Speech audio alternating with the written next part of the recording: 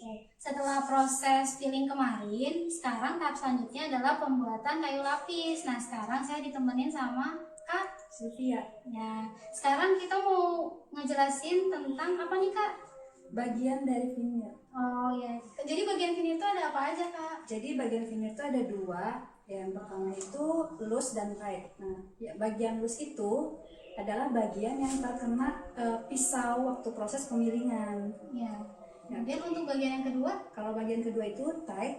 Kalau tight itu dia tidak terkena pisau pada proses filling. Gunanya kita tahu bagian loose dan tight itu apa Kak?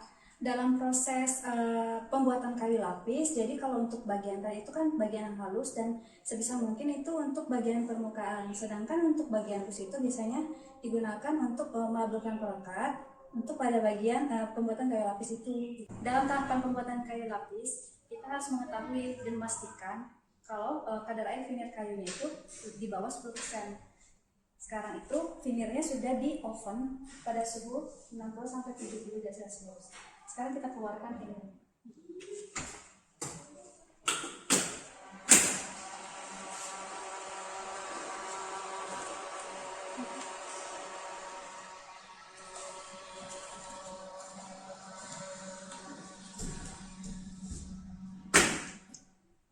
Nah Kak, sebelum itu aku pengen nanya dong Kak, kenapa kadar air veneernya harus di bawah 10% ya Kak? Soalnya kalau misalnya veneer kayu dalam pembuatan kayu lapis kadar airnya di atas 10%, kita takutnya kayu lapis yang dihasilkan akan gagal, jadi dia akan blister. Nah, selain bahan yang kita gunakan, selain menggunakan veneer xenon, kita juga menggunakan perekat fenol formaldehid.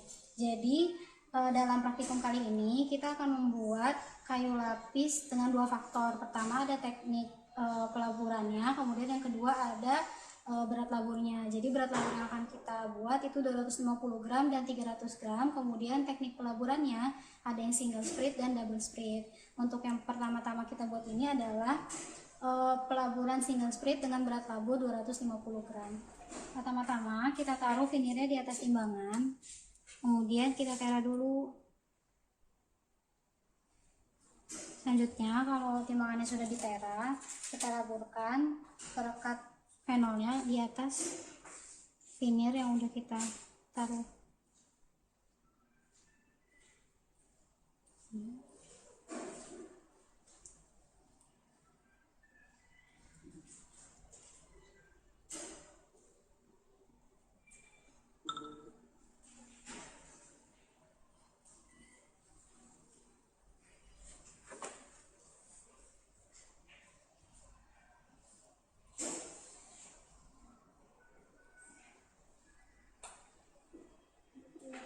Kemudian setelah kita taruh perekatnya di atas veneer, kita laburkan menggunakan kuas.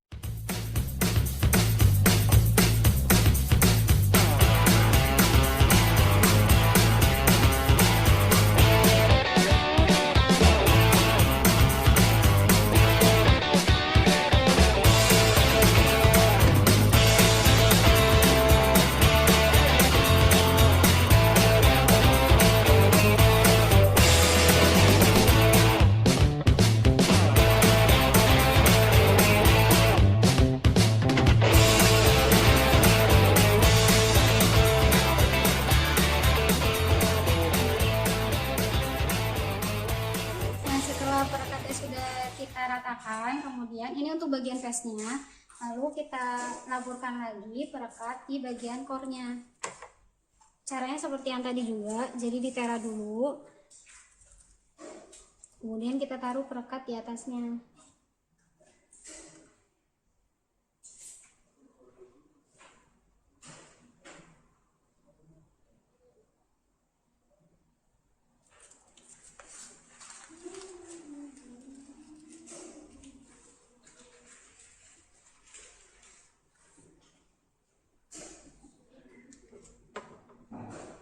Lalu kita ratakan lagi perekat di atasnya.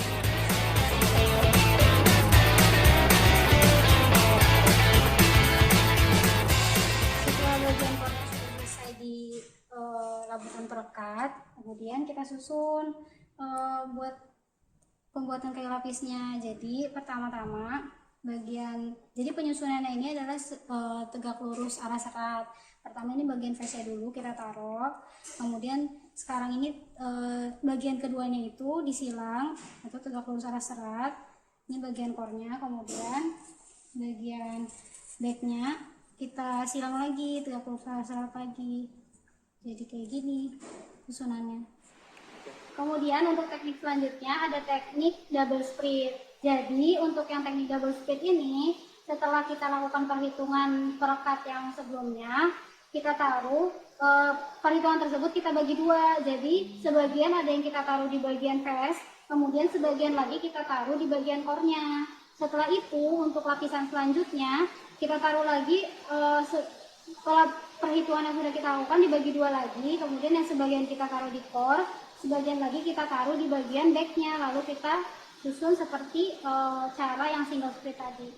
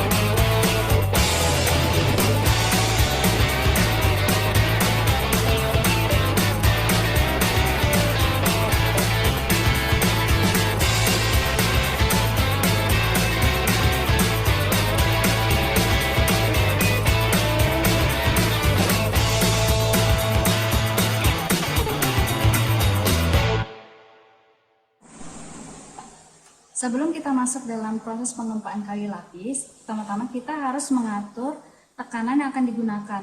Tekanan spesifik yang digunakan dalam proses pembuatan kayu lapis adalah 10 kg per cm persegi. Dan di sini kita akan mengatur tekanan terbaca yang digunakan di sini tekanan terbaca. Kita atur. Jadi dari perhitungan kita mendapatkan 32 kg per cm persegi. Nah, jadi setelah kita tadi atur tekanan gempanya, kemudian langkah selanjutnya yang harus kita lakukan itu atur apa lagi, Kak? Setelah kita mengatur tekanan gempa, kita mengatur suhu yang digunakan.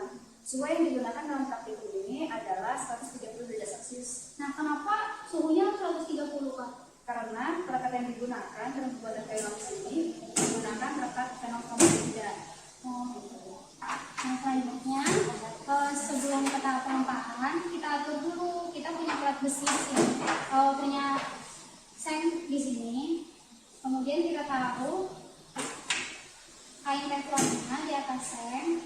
Lalu kita taruh finir yang akan kita buat menjadi kayu lapis. Lalu kita taruh lagi teflon kainnya. Kemudian sengnya di atasnya. Nah, Kak, aku mau tanya, kenapa kita pakai seng besi sama kain teflon ini? Supaya perekat tidak menempel di alat gempaannya. Kemudian supaya juga si kayu lapis yang sudah tergempa itu tidak gosong begitu. Lalu kita taruh ke atasnya.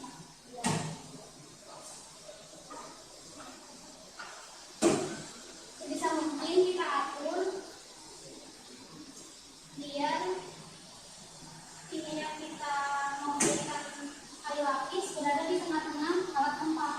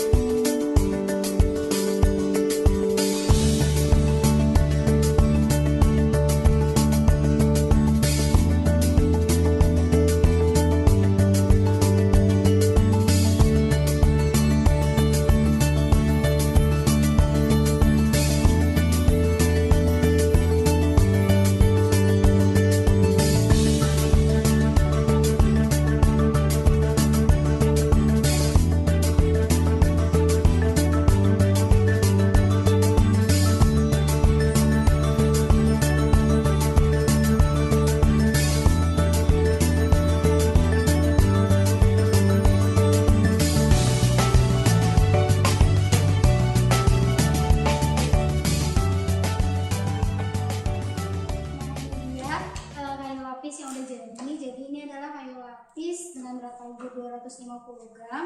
Kemudian ada yang single sprit dan ada yang double sprit. Nah, selanjutnya kita lanjutkan ke tahap conditioning. Di mana tahap conditioning ini memerlukan waktu 7 sampai 14 hari.